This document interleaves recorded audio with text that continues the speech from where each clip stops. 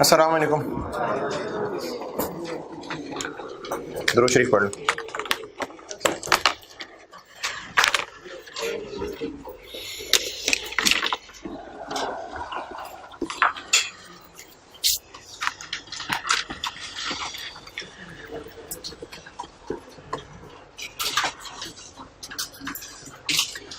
List कल एक दी थी आपको और अलग से भी पेज था और वो आपके उन नोट्स में भी था। यहाँ से मर्जी देख लें, चाहे सफ़ेद वाला पेज खोल लें, चाहे पीला वाला पेज खोल लें।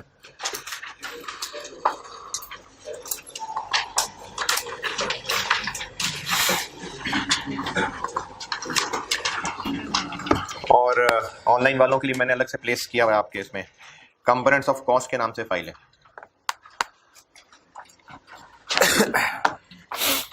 अच्छा, अभी सारी लिस्ट आपको समझाता भी जाता हूँ और ये आपने याद भी करनी है।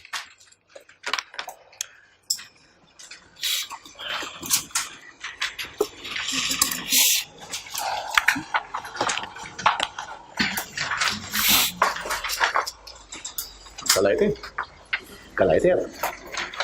प्रॉपर्टी प्लांट इक्विपमेंट की इनिशियल मेजरमेंट किस अमाउंट पे होगी?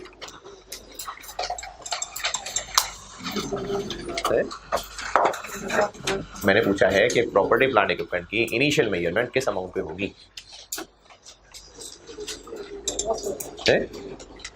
कॉस्ट पे। अच्छा ठीक है। आप इनिशियल मेजरमेंट से मुराद ही क्या है? इनिशियल मेजरमेंट का मतलब ही क्या है? अच्छा ठीक। हाँ जी, वो उधर ब्राउन ब्लैक पता नहीं। हाँ जी, सब्सिक्वेंट मेजरमेंट। अच्छा, सब्सिक्वेंट मेजरमेंट से मुराद क्या है? सब्सिक्वेंट मेजरमेंट है क्या चीज है? Statement of financial position. क्या मैं मुझे बात नहीं समझ आई। हाँ हाँ, अच्छा ये क्या चीज़ है? Measurement, initial measurement, subsequent measurement, क्या पढ़ा था ये? इनिशियल मेजरमेंट होती है जो कॉस्ट को हम लोग बिल्कुल स्टार्ट में उसकी जो कॉस्ट होती है वो इनिशियल उसमें लिखते हैं, और सब्सिक्वेंट वो होगी जो हम हर साल फाइनेंशियल पोजीशन में लिखेंगे आफ्टर एक्यूमुलेटेड डेप्रिसिएशन उसको माइनस करेंगे। मेजरमेंट का मतलब है पीपीई जो हम किस वैल्यू पे लिख रहे हैं, ये मेजरमेंट है। इनिशियल मेजरमेंट के जब पहली दफा रिकॉर्ड किया तो किस अमाउंट पे रिकॉर्ड करेंगे, और सब्सिक्वेंट मेजरमेंट ये है कि बाद में क्या सलूक करेंगे। तो बाद में दो तरह के सलूक हैं, एक कॉस्ट मॉडल है और एक रिवैल्यूएशन मॉडल है। इनिशियल मेजरमेंट जब पहली दफा रिकॉर्डिंग की जाएगी तो वो कॉस्ट पे रिकॉर्ड की जाएगी। कॉस्ट क्या चीज़ है इसकी अंग्रेजी कल लिखवाई थी, और उसमें सिर्फ इतनी बात दोहरा देता हूँ कि हम जो पीपीई या तो बना रहे होंगे या खरीद रहे होंगे, तो उसको चाहे बना रहे हैं चाहे खरीद रहे हैं, वर्किंग कंडीशन में आने तक जो जो खर्च होता जाएगा वो उसके कॉस्ट का हिस्सा बनता जाएगा। मैंने कल एसी की मिसाल ली थी, तो एसी की मिसाल में 3 खर्चे बताए थे। खरीदने का खर्चा, लेके आना और इंस्टॉल करना। ये तीनों अमाउंट एक ही वक्त एक ही बंदे को पे हो रही है? नहीं, जिसे एसी खरीदा है उसको उस वक्त प्राइस दे रहे हैं, फिर जिस गाड़ी में रख के लाए हैं उसको घर पहुंचा के फिर उसको पैसे दे रहे हैं। वो गाड़ी वाला कोई और है, दुकान वाला कोई और है, फिर टेक्नीशियन हो सकता है घंटे 2 घंटे 3 घंटे बाद आ रहा है, उसको पैसे दे रहे हैं, वो और काम के पैसे दे रहे हैं। तो ये अलग अलग लोगों को अलग अलग टाइम पे दे रहे हैं, लेकिन ये सब मिला के उस एसी की कॉस्ट में शामिल हो जाएगा। हाँ जी, इसमें देखनी पड़ेगी बातें कि क्या कोई खर्चा ऐसा है जो हमें क्लियरली पता चल रहा है। ये थोड़ा सा ट्रिकी हो जाएगा क्योंकि ये पहचानना मुश्किल हो जाएगा कि पेट्रोल इस चीज़ के लिए कितना लग रहा है। तो अगर तो क्लियरली पता चल पा रहा है, जो मैं भी यहाँ पर अंग्रेजी में भी बता रहा हूँ, अगर पता चल रहा है कि हमारा इसको लाने में कितना खर्चा हो रहा है तो कर लेंगे, नहीं पता लग पा रहा तो नहीं शामिल करेंगे। अभी इस लिस्ट में आ जाएगी ये बात। तो कॉन्सेप्ट ये है कि एसेट को खरीदने से लेके वर्किंग कंडीशन में लाने तक खर्चे हो रहे होंगे और सब एक ही वक्त हो रहे होंगे। नहीं, ये सारा प्रोसेस हो सकता है, इवन कि अगर खरीदने वाली चीज भी है तो हो सकता है 2 4 5 दिन 15 दिन लग जाए, और अगर बिल्डिंग खुद कंस्ट्रक्ट कर रहे हैं तो फिर तो 2-3 साल में लग सकते हैं।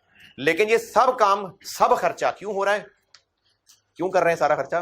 कि उसको एसेट वर्किंग कंडीशन में ले आए। अब ये सारा खर्चा एसेट होता जाएगा, building debit cash credit, building debit cash credit, building debit cash credit, ये सारा उसकी कॉस्ट का हिस्सा बनता जाएगा। और इन द एंड टोटल क्या हो चुकी होगी, इन सबको टोटल कर लेंगे तो वो उसकी कॉस्ट कहलाएगी। अब कौन कौन से खर्चे शामिल करने हैं ये आपको समझाता जाता है। एक मिसाल ले लेते हैं कि हम एक प्लांट है जो हम सेटअप करना चाहते हैं।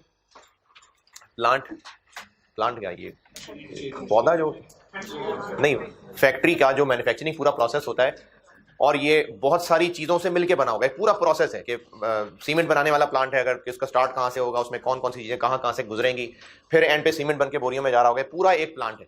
तो ये बहुत सारी चीज़ों से मिलकर बन रहा होता है। तो हम एक प्लांट सेटअप करना चाह रहे हैं, अब उसके लिए कोई ना कोई तो मशीनें खरीदनी ही पड़ेंगी। तो खरीदते हुए सबसे पहला खर्चा क्या कि जिससे खरीद रहे हैं उसको पैसे दे रहे होंगे। तो लेफ्ट कॉलम में देखें, सबसे पहली चीज़ परचेज प्राइस, ये बिल्कुल कॉस्ट का हिस्सा है।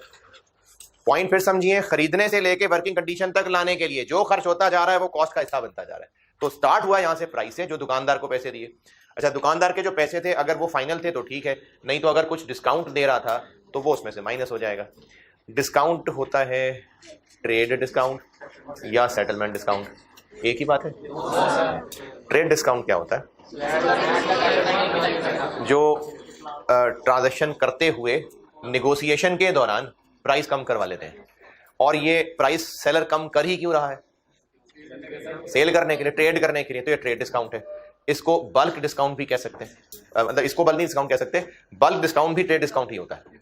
बल्क डिस्काउंट क्या है कि हम कस्टमर जो है सप्लायर से चीजें ज्यादा खरीद रहा है तो कहता है इतनी सारी चीजें तो खरीद रहा हूं, रेट कम करो, तो वो बल्क डिस्काउंट है। तो ये भी ट्रेड डिस्काउंट ही है।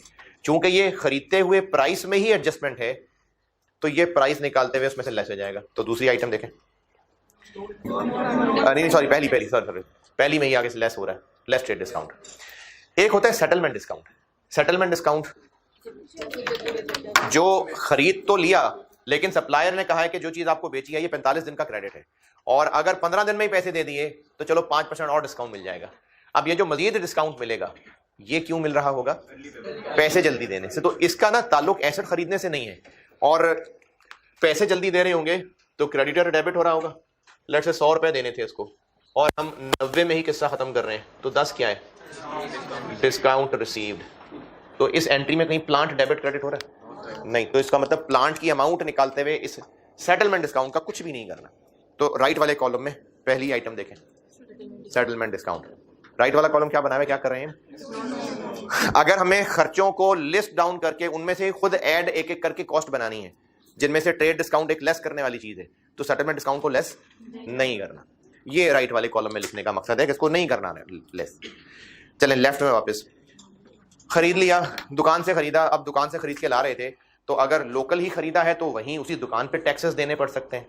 अगर इंपोर्ट कर रहे हैं तो इंपोर्ट करके चीज़ें, इंपोर्ट जब किसी मुल्क से खरीदेंगे तो जहाज सीधा हमारी वो सियालकोट में फैक्ट्री में लैंड करेगा, फिर कहाँ आएगा? पोर्ट पे आएगा। पोर्ट जो है सरकार की जगह, तो वहां पर जब चीज़ें पहुंचेंगी और हम चीज़ें छुड़ाने जाएंगे तो कहेंगे टैक्स निकालो। तो ये वो टैक्स है जो हमें खरीदते हुए पड़ रहा है। कुछ ड्यूटीज लगाई जा सकती हैं। अब ये रिफंडेबल हो सकते हैं, नॉन रिफंडेबल हो सकते हैं। रिफंडेबल का मतलब ये है कि अभी तो टैक्स ड्यूटी गवर्नमेंट को दे दिए, बाद में साल के एंड पे गवर्नमेंट कहेगी जी आप बड़े अच्छे लोग हैं, आप तो हमारा बड़ा खिदमत कर रहे हैं, आप तो एक्सपोर्ट भी करते हैं, आप तो कौम की खिदमत कर रहे हैं, चलें आपको हम जो टैक्स दिया था ना आपने वापस कर देते हैं। ये है रिफंडेबल।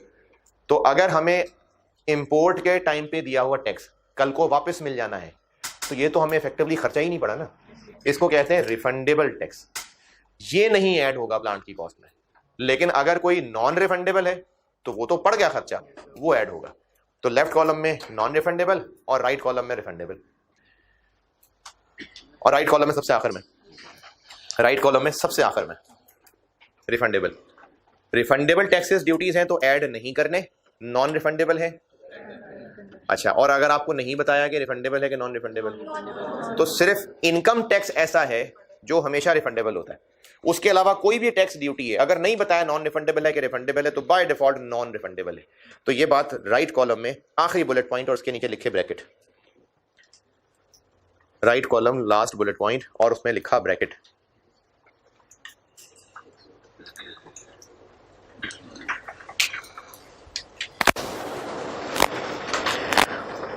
हाँ जी, ओके। अच्छा चलें, सप्लायर से चीज खरीदी, टैक्स भी दे दिया, अब उसको वहीं से फूक मारेंगे और आके सीधा प्लांट हमारी फैक्ट्री में आ जाएगा? नहीं, लेके आना है। अच्छा, अब लेके आने के लिए ट्रांसपोर्ट पे भी खर्चा होगा। फिर इसके अलावा हो सकता है कि इनको बहुत ध्यान से तोड़ फोड़ के, फिर तोड़ फोड़ मतलब क्या कहते हैं उसको, खोल के फिर वापस लेके आना, फिर उसको दोबारा जोड़ना। तो लाते हुए इनकी ट्रांसपोर्टेशन, इनकी हैंडलिंग, फिर वापस ला के जोड़ना, असेंबली। तो लेफ्ट कॉलम के अंदर पांचवा और छठा बुलेट पॉइंट, पांचवा और छठा, चौथा नहीं कह रहा। ट्रांसपोर्टेशन एंड हैंडलिंग कॉस्ट हो गई और इंस्टॉलेशन एंड असेंबली कॉस्ट हो गई। इंस्टॉलेशन की मैंने कल एसी की मिसाल दे दी थी, ठीक है यहां तक। अच्छा, अब अगर एसी है तो ये तो लाके दीवार पे लगा दिया, लेकिन अगर कोई प्लांट सेटअप बहुत हैवी मशीनरी लगानी है तो हो सकता है जिस जगह लाकर इसको फिक्स करना है, जैसे आप घर में फ्रिज पे और करें तो फ्रिज जहां रखा हुआ है उसके साथ ही कोई एक बड़ा स्विच भी होगा, वहां पर वो बड़ा प्लग और उसमें और भी चारें लगानी है। फिर फ्रिज जहां रखा हुआ है उसके ऊपर उसके नीचे एक टोंकी भी है। फिर उसके अलावा देखना पड़ेगा कि फ्रिज कहाँ रखना है, दीवार से कितना दूर है। तो कुछ एसेट्स के लिए उनकी जगह भी देखनी पड़ती है। तो उनके लिए हो सकता है कोई फाउंडेशन बनानी पड़े, कोई ड्रेनेज का सिस्टम, कोई तारों का सिस्टम, ये सब भी जरूरी हो। तो ये होती है वो जगह तैयार करना जहां लाके मशीन को रखना है। तो ये भी मशीन की कॉस्ट में आना चाहिए कि नहीं? आना चाहिए। इसको साइट प्रिपरेशन कहते हैं। क्या जी? हाँ भाई, वायरिंग शायरिंग जो उसके लिए की है वो भी, इसको साइट प्रिपरेशन कहते हैं। हाँ जी, क्या जी? नहीं, इंस्टॉलेशन तो लाके उसको यहां लगाना है, उससे पहले जो उसकी जगह तैयार करनी है उसके लिए क्या वो एंगल रखना है, उसकी ढलवान किधर रखनी है, पानी का रास्ता किधर निकालना है, खुदाई कितनी करनी है, उसमें स्टैंड ज्यादा मजबूत चाहिए नहीं चाहिए, कहाँ कहाँ क्या क्या सपोर्ट चाहिए, इस सबको साइट प्रिपरेशन कहते हैं। चले जी, एसेट आ गया, लग गया। अब अगर एसी बना बनाया लिया था, जैसे एसी है तो वो तो लाएंगे लगाएंगे तो ठंडी हवाई देगा, लेकिन अगर खुद ही डिजाइन किए हैं सारे पुर्जे और खुद ही डिजाइन करके पुर्जे जोड़ जाड़ के जब यहां लगाया तो कैसे पता कि सही डिजाइन हो गया? चला के देख लेंगे।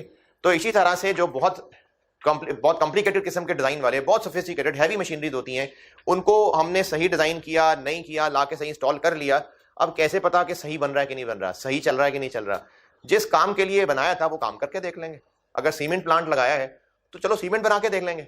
इस काम पे जो खर्चा होगा, और हो सकता है कोई खास टेक्निकल टीम आती हो तो वो टेस्ट करती हो, तो इस सारे खर्चे को टेस्टिंग कॉस्ट कहते हैं। ये भी जरूरी है क्योंकि प्लांट एक बार टेस्ट होगा, ओके होगा, तो उसको हम इस्तेमाल करना शुरू करेंगे। तो ये सारी टेस्टिंग कॉस्ट है, ये भी कॉस्ट में ऐड होगी। अच्छा, इस टेस्टिंग में हम क्या कर रहे हैं? जिस मकसद के लिए वो बनाया है वो करके देख रहे हैं। चलो सीमेंट बनाने के लिए लाए थे, बना लेते हैं सीमेंट, बन गया सीमेंट। अब वो जो सीमेंट बन गया वो हम अभी सिर्फ सैंपल बना के चेक कर रहे थे, तो क्या करें, वो सीमेंट को बेच देंगे। तो जितने का बेचना है उसको अभी फिलहाल सेल्स नहीं माना जाएगा। अभी उसकी जितनी वर्थ है, जितनी उसकी सेल वैल्यू है, ये सारा अभी क्यों बना है? अभी तो टेस्टिंग के नतीजे में बना है ना। तो टेस्टिंग के नतीजे में जो सैंपल बने उनकी जो सेल वैल्यू है वो इनकम में नहीं लाई जाएगी, वो इस टेस्टिंग कॉस्ट में नेट हो जाएगी।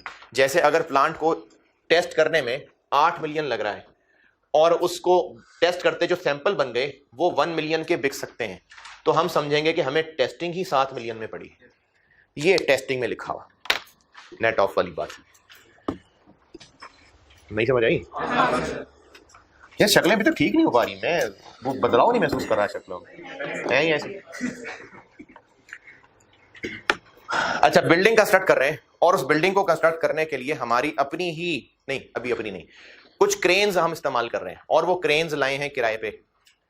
तो उन क्रेन्स का किराया, या वो जो सीमेंट मिक्सर इस्तेमाल होता है, नहीं वो गोल गोल घूम रहा होता है, सीमेंट मिक्स हो रहा होता है, ये सीमेंट मिक्सर जो किराए पे लाएंगे बिल्डिंग कंस्ट्रक्ट करने के लिए, इस सीमेंट मिक्सर का किराया बिल्डिंग की कॉस्ट में ऐड होगा या नहीं होगा? होगा। क्यों? क्योंकि बिल्डिंग के लिए ही तो लाए ना भी किराए पे।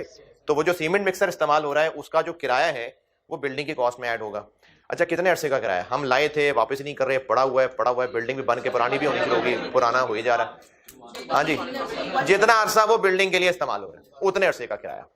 अच्छा, अगर ये सीमेंट मिक्सर किराए का नहीं हमारा ओन्ड होता तो ये भी तो एक पीपीई है, तो फिर ये तो एसेट होता, लेकिन जितना अरसा ये बिल्डिंग बनाने में इस्तेमाल होता उतने अरसे की इसकी डेप्रिसिएशन बिल्डिंग की कॉस्ट में ऐड होगी।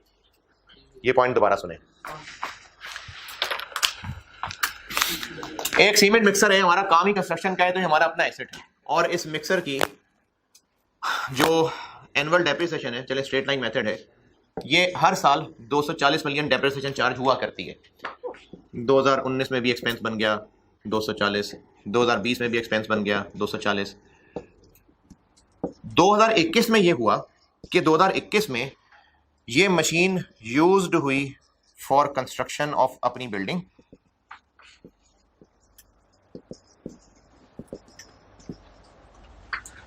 For 7 months।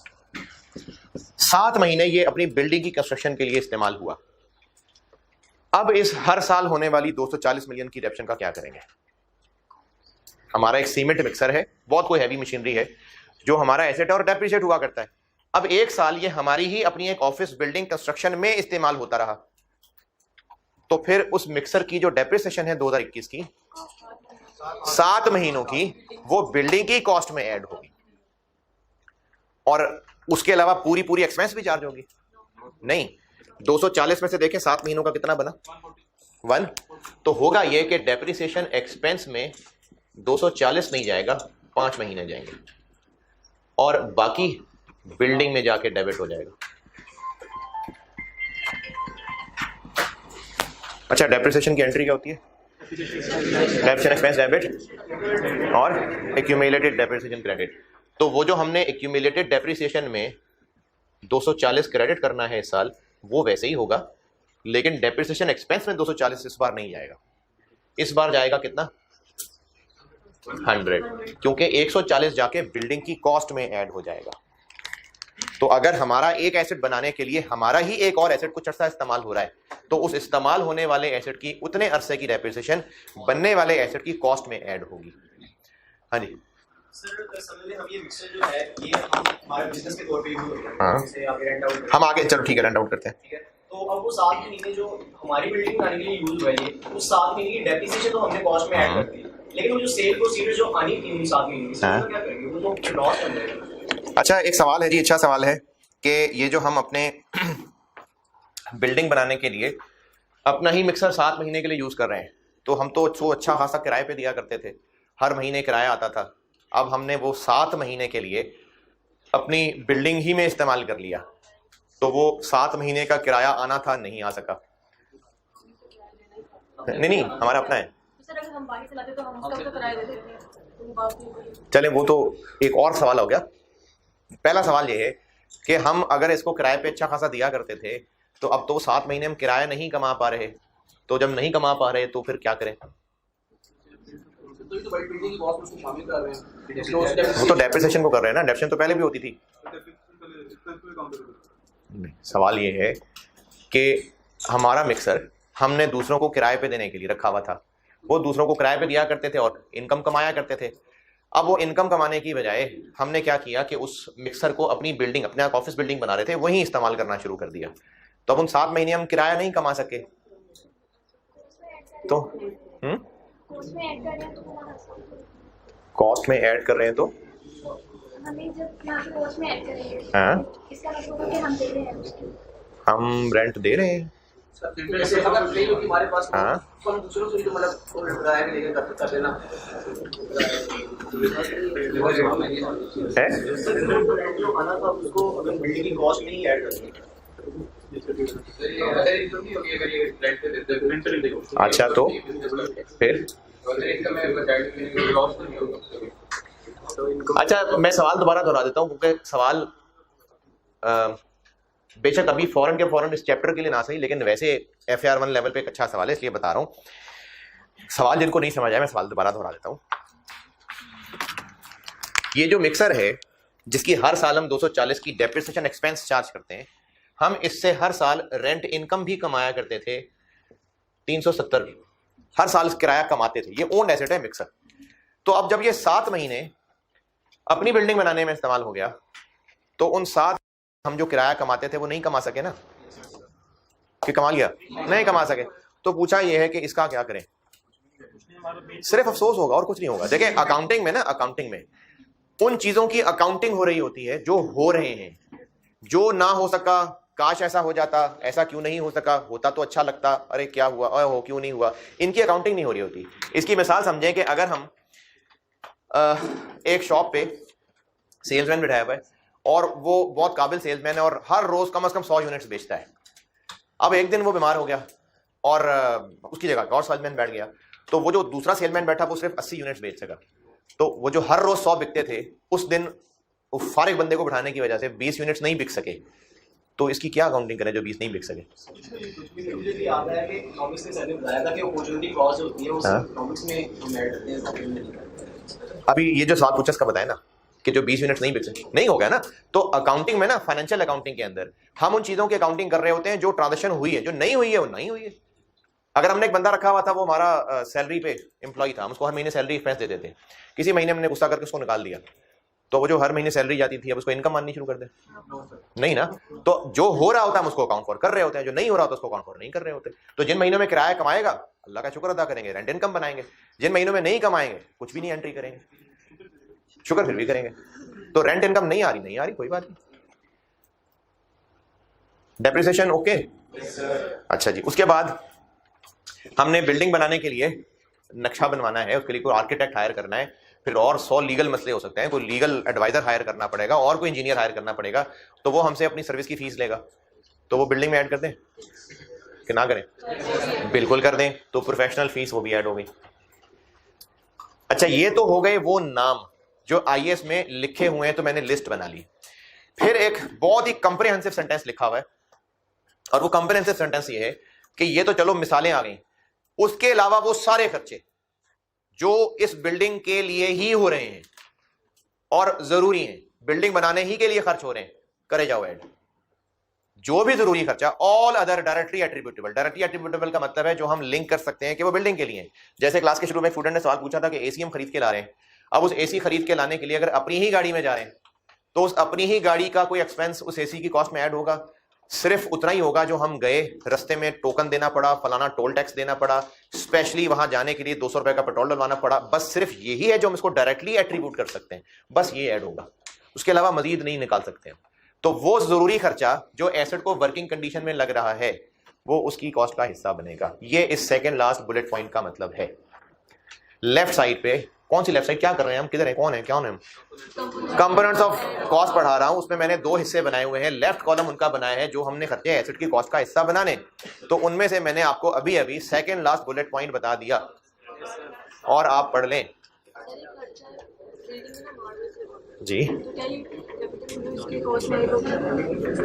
अच्छा, बिल्डिंग की कॉस्ट में ये ऊपर ये सीलिंग लग रही है, या बिल्डिंग में ही हमने फर्श पे मार्बल लगवाने हैं, तो क्या वो बिल्डिंग की कॉस्ट में ऐड होंगे? बिल्कुल होंगे, क्योंकि हमने बिल्डिंग को डिजाइन ही ऐसा किया है। जब ये सारा कुछ फिनिशिंग की शक्ल में आ जाएगा उसके बाद ही तो हम इसको बिल्डिंग को यूजेबल कहेंगे। तो मार्बल वगैरह सारा कुछ उसकी बिल्डिंग का हिस्सा है। बिल्डिंग बना के बिल्कुल वो बिल्डिंग जो अब कहें कि हाँ अब तैयार है, आए जी लोग आ जाए इसके अंदर, तब वो बिल्डिंग तैयार हो गई और उस वक्त वो वर्किंग कंडीशन में आएगी। ये जो लिखा हुआ है ना, ये मैंने कहा है पढ़ने का, पढ़ते पढ़ते नहीं ना है। सेकंड लास्ट बुलेट पॉइंट में क्या लिखा हुआ है, कौन से खर्चे क्या करने के लिए? Bringing the asset into its intended नहीं लिखा हुआ। इसका मतलब यह है कि अगर हमने गाड़ी खरीदी है और सारी गाड़ियां हमने अपने कराची ऑफिस में ही बैठ के खरीदी हैं, और कराची से गाड़ियां खरीदी, वहीं कंपनी थी टोयोटा की, वहीं से खरीद ली, लेकिन उनमें से हमने 10 गाड़ियां अपने कराची ऑफिस के लोगों को देनी है और 4 गाड़ियां हमने लाहौर ऑफिस के लोगों को देनी है। तो अब वो जो 4 गाड़ियां वहीं खरीदी कराची से, इंटेंडेड यूज क्या है? लाहौर। तो उनका खरीदना भी, उनका रजिस्टर करवाना भी और उनको 10-10 हजार में लाहौर भेजना भी, ये भी उसकी कॉस्ट का हिस्सा बनेगा। तो एसेट को उस वर्किंग कंडीशन में लाना जितना हम लाना चाहते हैं, जिस हालत में हम यूज करना चाहते हैं। हम बिल्डिंग को, मार्बल लगी हुई पूरी बिल्डिंग को ही फिनिशिंग करके फिर बिल्डिंग के तौर पे एंटर होना चाहते हैं, तो वो सारी बिल्डिंग की कॉस्ट में ऐड होगी। हम एसी खरीद के इसको 10वें फ्लोर पे लगवाना चाहते हैं, तो एसी खरीदना, लेके आना, उस मजदूर का 10वें फ्लोर तक चढ़ाना एसी को, ये सब एसी के कॉस्ट में ऐड हो रहा है। तो इंटेंडेड वर्किंग कंडीशन तक लाने के लिए जो जो खर्चा जरूरी है वो सब एसेट की कॉस्ट का हिस्सा बनता जाएगा। हाँ जी, बोर्ड और एसी वगैरह फर्नीचर में नहीं आ जाएंगे? तो मैंने कब कहा ये बिल्डिंग में आएंगे? मैंने कब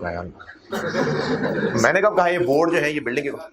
नहीं, मैं ये छत का हिस्सा कह रहा था। बाकी ये तो एक अलग क्लास है, एसी एक अलग क्लास है जी। सर, अगर कंपनी का लीगल एडवाइजर है, कंपनी मंथली पे कर रही है, अगर वो उस प्राइसिंग से रिलेटेड कोई मेथड देखते हैं, सेकंड लास्ट बुलेट पॉइंट कि वो सारे खर्चे जो डायरेक्टली एट्रीब्यूटेबल है, यानी हमें अगर पता है ना कि वो इस काम की इतनी फीस ले रहा है, तो वो मंथली पे कर रहे हैं, कंपनी उसे पे कर रही है। अच्छा, इसका जवाब ना एक सवाल के साथ बेहतर तरीके से आ जाएगा। एक सवाल जो सवाल है ना, उनमें से एक सवाल के साथ बेहतर तरीके से जवाब आ जाएगा इसका। तो वो सारे खर्चे जरूरी जो बिल्डिंग की वर्किंग कंडीशन तक पहुंचने के लिए इनकर हो रहे हैं, वो सब उसकी कॉस्ट का हिस्सा बनेंगे। बन गए? ठीक है, बन गए। लास्ट बुलेट पॉइंट सिर्फ याद कर लें, क्योंकि ये IAS 37 है जो आप FAR 2 में पढ़ेंगे। सिर्फ इसकी अंग्रेजी याद रख लें कि अगर आपको इस तरह की कोई चीज सवाल में गिवन हुई तो बस वो बिल्डिंग या प्लांट या जो भी उसमें ऐड कर देना।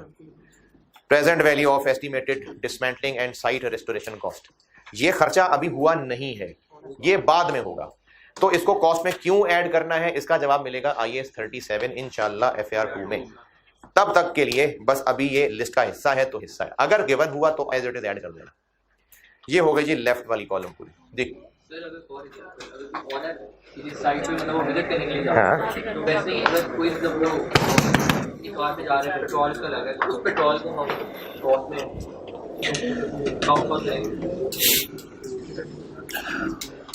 ओनर की जगह हम चलो फैक्ट्री मैनेजर वगैरह कर लेते हैं। फैक्ट्री मैनेजर साहब हैं और वो एक नई जगह प्लांट बन रहा है, वहाँ विजिट के लिए जा रहे हैं। इस किस्म की जो बारीकियां होती हैं ना, ये देखनी पड़ती हैं प्रैक्टिकली कि वो वहाँ स्पेशली इसी काम के लिए गए थे या वैसे भी और 4 काम वहाँ और चल रहे थे, वो उन कामों के लिए गए थे। इसके बाद में लिस्ट में पूरी कर लूँ और आज तो बस अभी इस लिस्ट को पूरा करके छुट्टी करते हैं, जुम्मा है आज। अच्छा, ये ऑनलाइन वालों के लिए जो जुम्मे की क्लास रिकॉर्ड होती है ना, वो मैक्सिमम पौने घंटे की है, क्योंकि फिर जुम्मा ब्रेक करनी होती है। तो इसका ना एक सवाल करते हुए ना इस तरह की बातों का जवाब, और वो जो उसने पूछा था वो सवाल में है, तो तब उसको सवाल के साथ डिस्कस करेंगे ना तो बेहतर समझ आएगी बात। राइट कॉलम, ये वो खर्चे हैं जिनको शामिल नहीं करना। इनमें से मैं आपको सेटलमेंट डिस्काउंट का जिक्र कर चुका और सबसे आखिरी आइटम रिफंडेबल का जिक्र कर चुका। अब हमने एक फैक्ट्री सेटअप करनी है और नई फैक्ट्री सेटअप करके वहां पर दावत कर दी, देगे शेगे खिला दिए, लोगों को वहाँ इकट्ठे किया, कोई प्रोग्राम कर दिया और देगे चढ़ी, वहाँ खाना शाना हो गया कि जी नई फैक्ट्री ओपन की है। तो ये रोटी छोटी का खर्चा बिल्डिंग की कॉस्ट में ऐड करना नहीं करना। तो ये राइट साइड पे दूसरा बुलेट पॉइंट है। अब कहने को तो हम वो नई फैक्ट्री का एक वो ओपनिंग सेरेमनी कर रहे हैं और उसमें खर्चा कर रहे हैं, लेकिन ये बिल्डिंग को वर्किंग कंडीशन में लाने की चीज नहीं है, तो इसको नहीं बिल्डिंग की कॉस्ट में ऐड करना। अच्छा, अब टीवी पे ऐड चलना शुरू हो गए कि नया प्लांट सेटअप हो रहा है, जर्मनी से इंपोर्ट किया है, फलाना प्रोडक्ट लॉन्च करने वाले हैं, बड़ी हाई क्वालिटी का है। अब ये सारे जो इश्तिहार चल रहे हैं, इन इश्तिहारों की कॉस्ट उस प्लांट की कॉस्ट में ऐड होगी। क्या ये इश्तिहार उस प्लांट को वर्किंग कंडीशन में लाने के लिए खुश हो जाएगा, प्लांट वर्किंग कंडीशन बेहतर हो जाएगी? नहीं। तो ये एडवर्टाइजमेंट कॉस्ट है, इसको हमने प्लांट की कॉस्ट में ऐड नहीं करना। अच्छा, ये तो हो गई एंड साइड एडवर्टाइजमेंट। हो सकता है हमने पहले कभी एडवर्टाइज किया होता कि हम फलानी तरह का प्लांट खरीदना बनाना चाहते हैं, जो लोग इंटरेस्टेड हैं वो आए, हमें अपनी कोटेशंस दें। इस तरह के भी अखबार में टेंडर नोटिस वगैरह आते हैं, तो वो भी प्लांट की कॉस्ट में ऐड नहीं करना। अभी तो इश्तिहार चल रहे हैं, अभी प्लांट को कुछ पार्टी आएगी, फाइनल होगा, फिर वो प्लांट बनाना शुरू करेगा, तो एडवर्टाइजमेंट कॉस्ट प्लांट में ऐड नहीं होगी। ड्राइवर गाड़ी चलाने के लिए हमने गाड़ी खरीदी और ड्राइवर रखने का सोचा कि क्या करें, तनख्वाह देनी पड़ेगी। अच्छा, वो फलाना पीएन है, उसके पास ना काम कम होता है, ऐसा करते हैं उसको ड्राइविंग सिखाते हैं, तो उसी को ड्राइवर के तौर पे चला लेते हैं। तो उसको ड्राइविंग सिखाने के लिए एक 8-10 दिन का कोर्स कराना पड़ेगा, तो वो जो उसके ड्राइविंग सिखाने का खर्चा है वो गाड़ी की कॉस्ट में ऐड होगा। लेकिन बेचारा फिर ड्राइविंग नहीं सीखेगा तो कैसे चलाएगा गाड़ी है? नहीं, लेकिन वो उसको सिखाएंगे तो गाड़ी चलाने के काबिल होगा ना। वो गाड़ी के लिए जरूरी नहीं, गाड़ी चल सकती है, वो बंदे को नहीं काम करना आता। तो अगर हमें अपने प्लांट सेटअप करने के बाद कुछ नए लोग हायर करने की बजाय, या नए लोग चलो हायर कर भी लें और उनको ट्रेन करना पड़े कि प्लांट को चलाना कैसे, तो ये उनके बाद के ऑपरेट करने का मसला है, प्लांट को वर्किंग कंडीशन में लाने का मसला नहीं है। तो ट्रेनिंग कॉस्ट एसेट की कॉस्ट में ऐड नहीं होगी। हाँ जी, अच्छा जी, लेफ्ट कॉलम में थर्ड बुलेट पॉइंट रह गया था। जो मजदूर बिल्डिंग कंस्ट्रक्शन में काम कर रहे हैं, इस्तेमाल हो रहे हैं, उनको जो दिहाड़ियां वगैरह सब पैसे दे रहे हैं, वो बिल्डिंग की कॉस्ट में आएगी? नहीं है। हाँ, तो वो ओवरऑल वो एम्प्लॉय कॉस्ट में ही आते हैं।